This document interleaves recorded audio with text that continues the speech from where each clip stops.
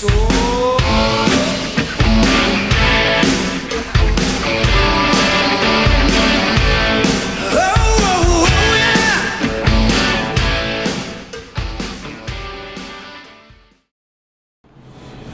Okay, welcome back to the Gippsland League YouTube show for 2012. I better get the year right, Keith. On my left, I have my long reigning partner in Keith Anderson. Welcome back, Keith. Thanks, Chris. Great. Look forward to another great season. And on my right, we have a new member to the Gippsland League, our new netball operations manager, Naomi Williams. Hi all.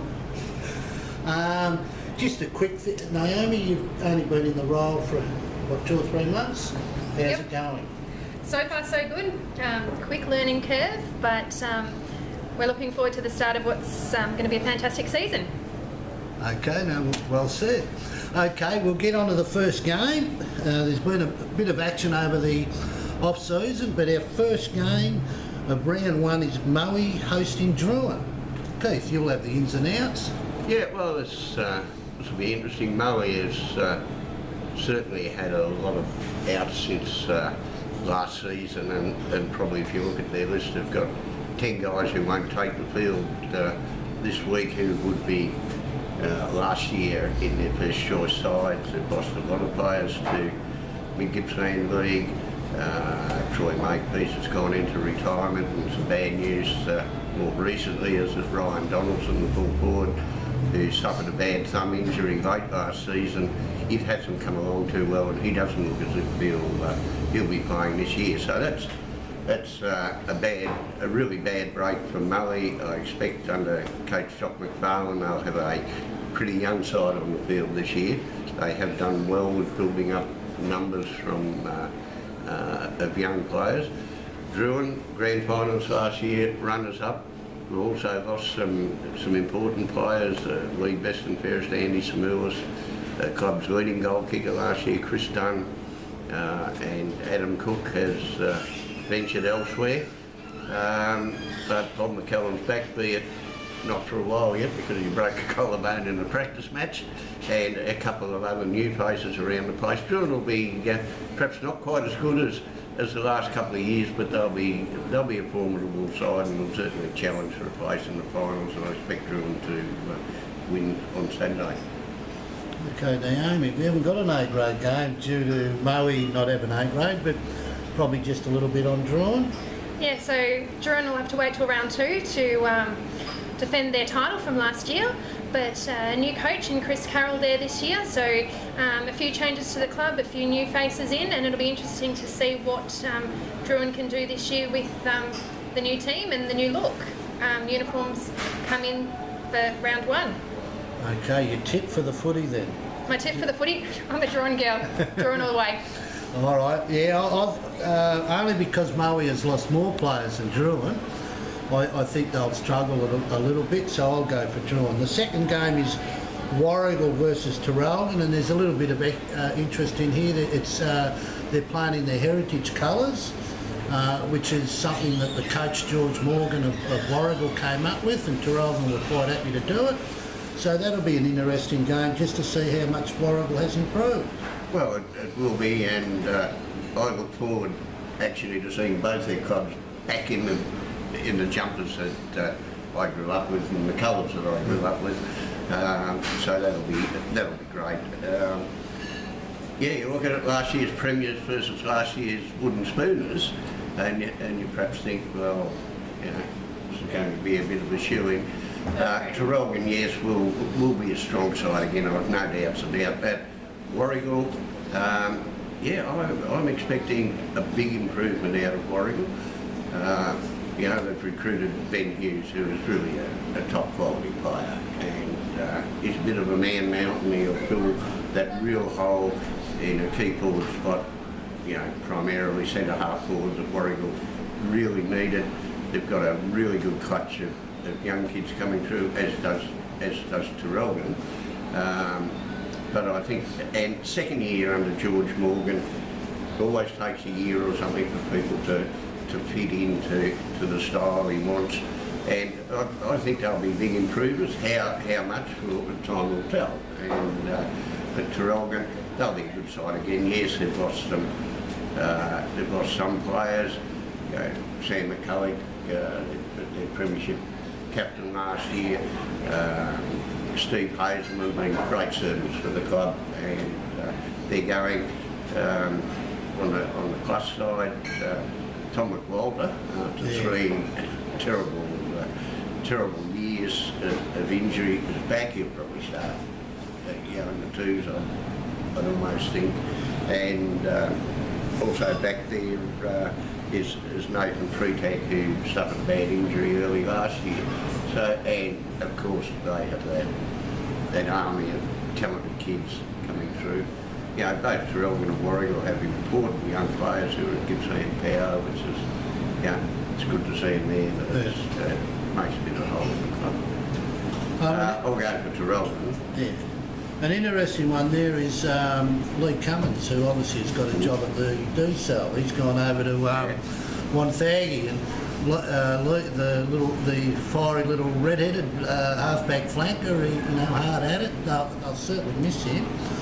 I expect Warragul to be big improvers as well.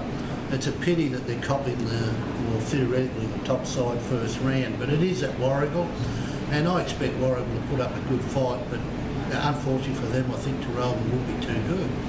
But the netball, that should be a interesting one too. Interesting one too, yeah. So Traralgon, who were runners-up last year, have lost quite a few of their senior players this year, and is said to be quite a young side with a lot of juniors playing up in that A-grade side as well, while Warragul's side seems to be fairly similar to last year.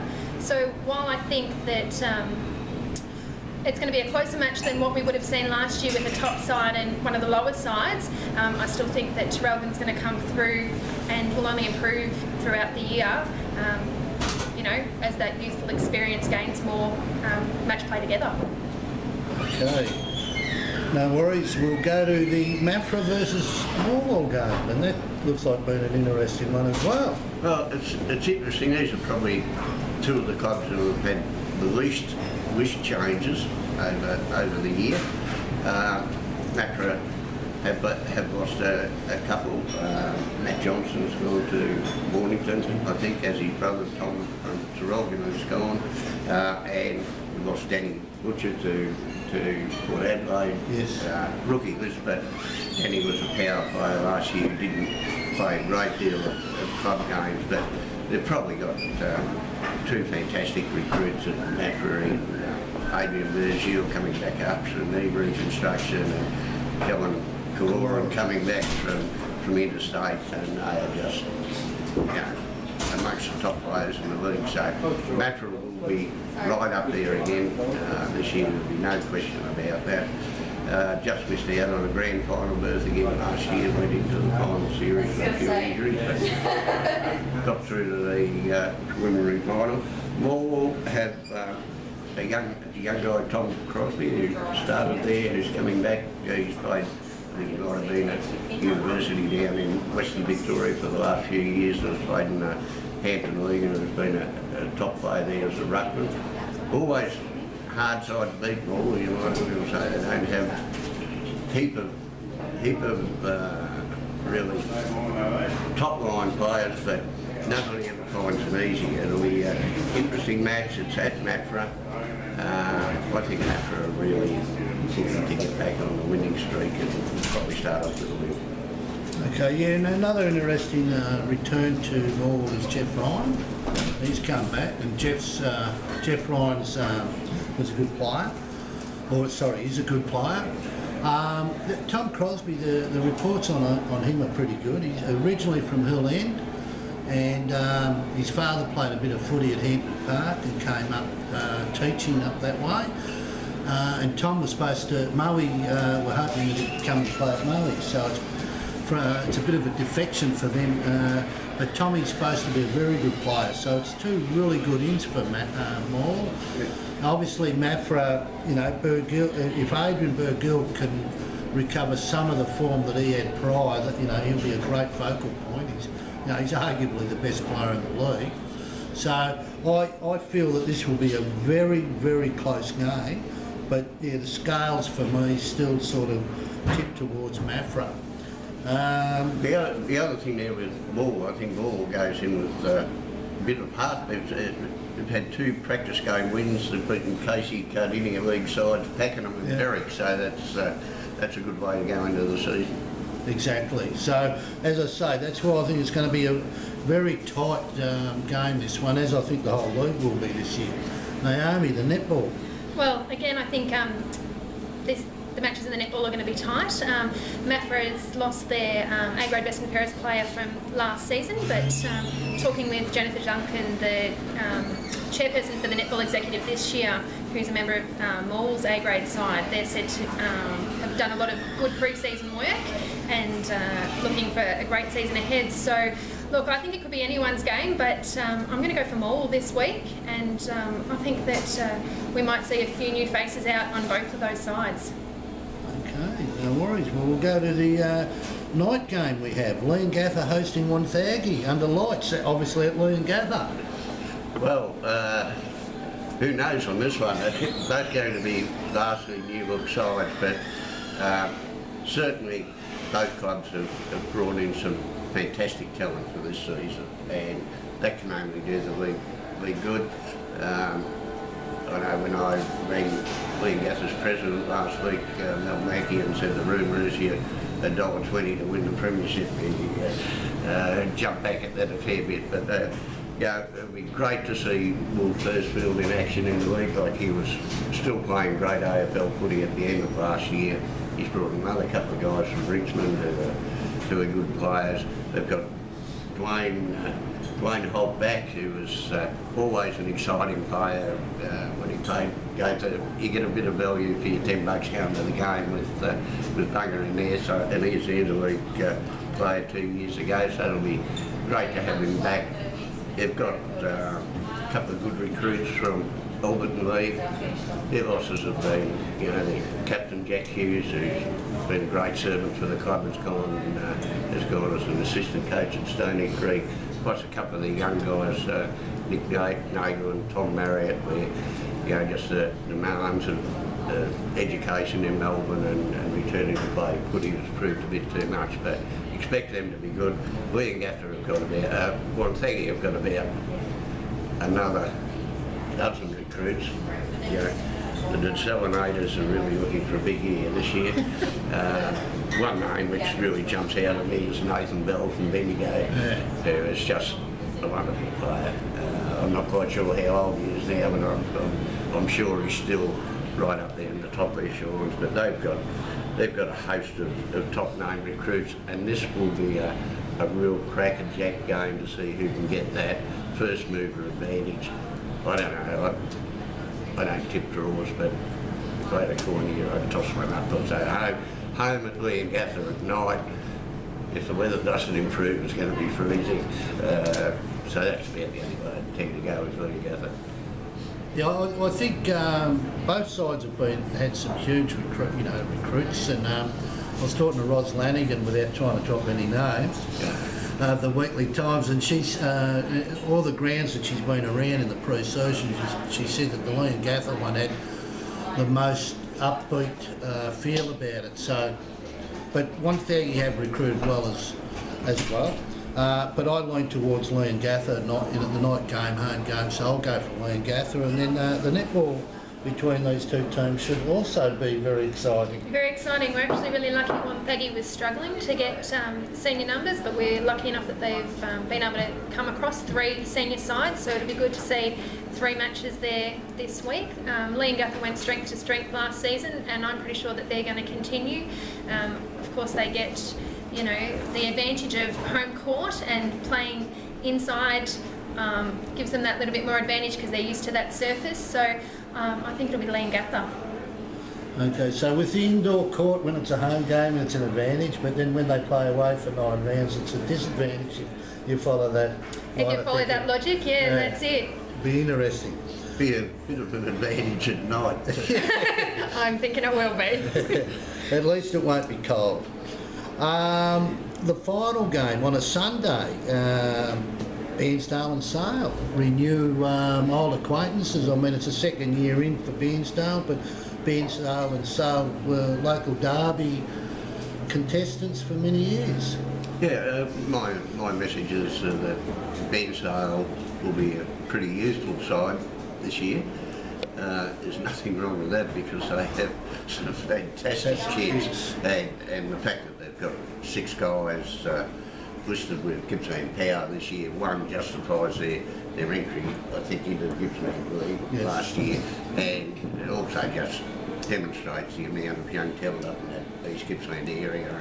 I just think they'll be a slick fast side, a bit inexperienced, hard task first up against Sale, that was somebody at one stage last year predicted they'd go through the season undefeated. They got hit by some injuries and some other issues around the club, but they certainly look as strong as anything. They've lost a couple. I understand Dylan McLaren is jumping out of his skin to get back into an AFL ruckman.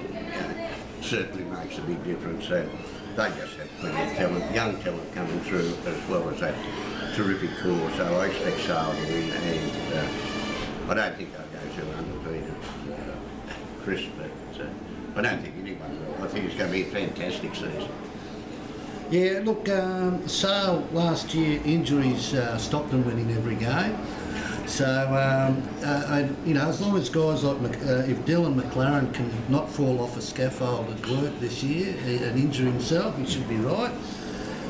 So they've only actually lost a couple and they've brought in a couple. So I believe they'll be a top side again. Bairnsdale will improve as well, but again, Sale at the start of the year last year was spot on, and the coach that they've got this year in Ferguson, who's an experienced campaigner and an ex-AFL player, I'm sure that Sale will come out of the blocks lightning fast, so I'm tipping Sale to win that. And the netball, again, I keep saying it, but it will be interesting. It is the first round. Look, yeah, lots of team changes. Sale have apparently scored themselves some big recruits, so it'll be interesting to see what happens in that side. Bairnsdale last year had quite a few close games that they just got pipped at the post, so, you know, whether or not they can put in 4 big quarters and see whether or not they can find themselves a win. But I think that Bairnsdale, with the crowd behind them, are going to take this one this week. Yeah, and I think just on finishing, the last 4 seasons we've had a very close senior grade season. You know, teams have battled it out for the top 5. I think this year the top 5, Keith, is going to be between about 7 to 8 clubs. Well, so I think it'll be a tight contest. It was a point I was going to make in closing too, that, you know, if we can get a season like last season, going into the last round, we had 8 sides out of 10 which theoretically had a chance of making the finals. I think it's shaping up pretty much like that again this year. And luck will play a part. You mentioned Sale and their injuries last year, Matra in the finals had injuries, a few others, and, you know, luck will play a bit of a part, but that comes into sort of club management with depth and whatever. And your rehab and all that these days, Keithy, they've got to do their rehab. Yeah. Okay, well, do you want to just finish up with anything else there, Naomi? Or? I just think with the change of a few coaches and a few players swapping between clubs, some new, some out, it'll be a really interesting season. And without Maui this year, it's only 9 teams that are competing for those 5 spots, so it'll be really interesting to see what happens. Okay, look, thank you, and I hope to all our watchers out there, and I know there's a lot of you, thank you for putting up with us, and we'll be back next week.